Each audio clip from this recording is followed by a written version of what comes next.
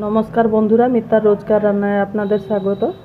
আজকে এই গরমের কালে খাবার জন্য ব্যানানা শেক করছি। আসুন দেখাচ্ছি কিভাবে আমি করছি।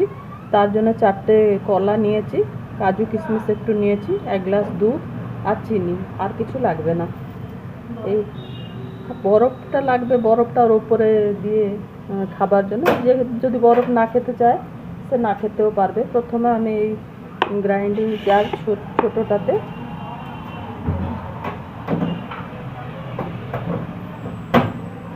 কলাগুলোকে এইভাবে ছোট ছোট করে কেটে দিই।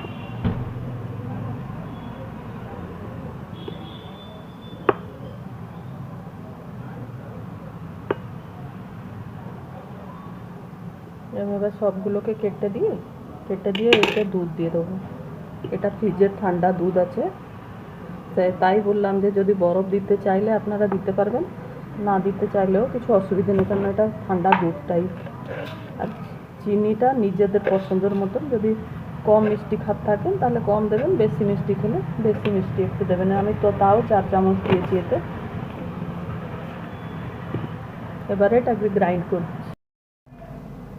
আমি ওগুলোকে গ্রাইন্ড করে দিলাম। এবারে সাজাবার জন্য এর উপরে একটু কাজু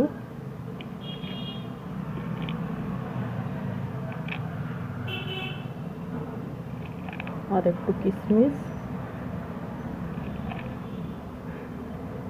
একবার আপনারাও এইভাবে একবার করে নিজেরা খান, আর বিশেষ করে বাচ্চাদেরকে দিন।